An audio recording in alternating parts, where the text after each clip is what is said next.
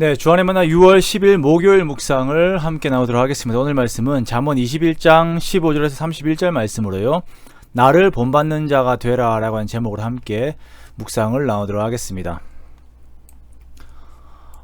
사람은 누구나가 다른 사람에게 비추어지는 삶을 살아갑니다. 즉 나의 삶의 태도와 모습들이 다른 사람들에게 영향을 끼치게 된다라는 것이죠. 이 영향이 긍정적인 영향이 될 수도 있고 부정적인 영향이 될 수도 있습니다. 중요한 것은 우리는 그러한 나의 영향력이 크든 작든 그것이 존재함을, 영향력이라고 하는 것이 존재함을 기억하면서 그에 대한 책임의식을 가지고 살아야 한다는 것입니다. 오늘 본문의 18절 말씀에 보면 악인은 의인의 속전이 되고 사악한 자는 정직한 자의 대신이 되느니라 라고 말씀을 하고 있습니다. 이 말씀은 악인들의 삶이 반면교사의 역할을 하여 의인들로 하여금 그들이 걸어갔던 길의 교훈을 밟지 않게 하는데 그들의 인생이 사용됨을 말씀을 하고 있는 것입니다. 안타깝게도 잠언의 저자인 솔로몬도 이러한 반면교사로서의 평가를 받은 적이 있었습니다.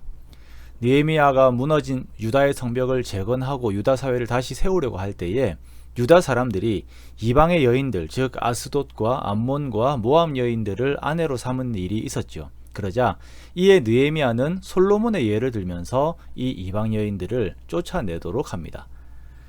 느헤미야 13장 26절에 보면 또 이르기를 옛적에 이스라엘 왕 솔로몬이 이 일로 범죄하지 아니하였느냐. 그는 많은 나라 중에 비길 왕이 없이 하나님의 사랑을 입은 자라. 하나님이 그를 왕으로 삼아 온 이스라엘을 다스리게 하였으나 이방 여인이 그를 범죄하게 하였나니 라고 느헤미야가 유다 사람들에게 설명을 합니다.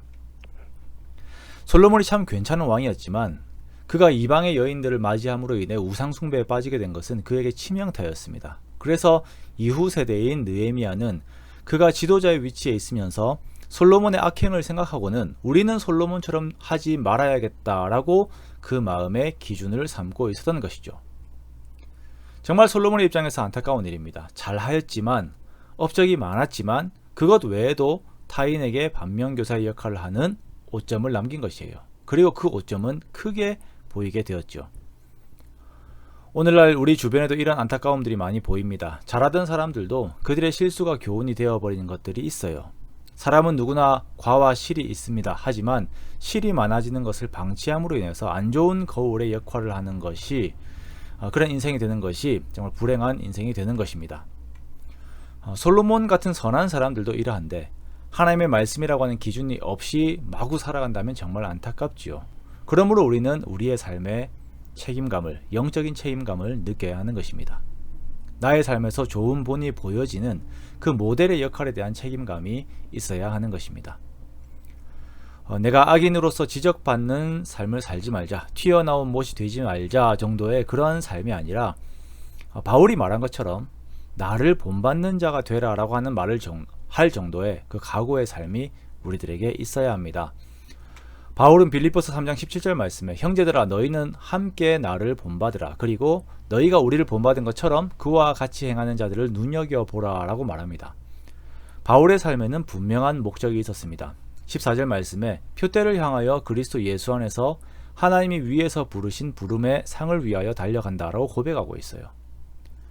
예수 그리스도의 그 부활의 권능과 그 고난의 참여함을 알고자 하여서 그의 죽으심을 본받아 어떻게 해서든지 죽은 자 가운데서 부활에 이르기 위해서 어디에 있든지 매일을 그리스도를 기다리는 자의 삶을 살아가는 것이에요. 하늘의 시민권이 있는 자로 살아가는 것입니다.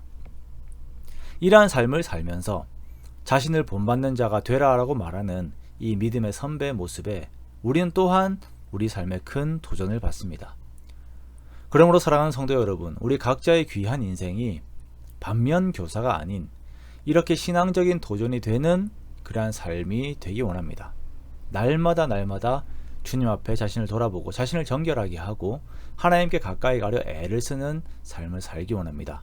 그렇게 의인들에게 저렇게 되지 않아야겠다라고 하는 그런 삶이 아닌 나도 저렇게 되어야겠다라고 하는 믿음의 도전이 되는 저와 여러분의 귀한 삶이 되시기를 주님의 이름으로 축원합니다.